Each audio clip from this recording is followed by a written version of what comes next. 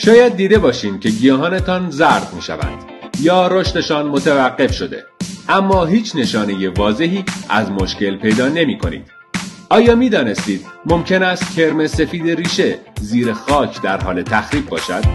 این آفت خطرناک با تغذیه از ریشه ها گیاه را از منابع حیاتیش محروم کرده و به تدریج باعث نابودی کامل محصول می شود. اما سوال اینجاست: آیا راهی برای مقابله با این قاتل خاموش وجود دارد؟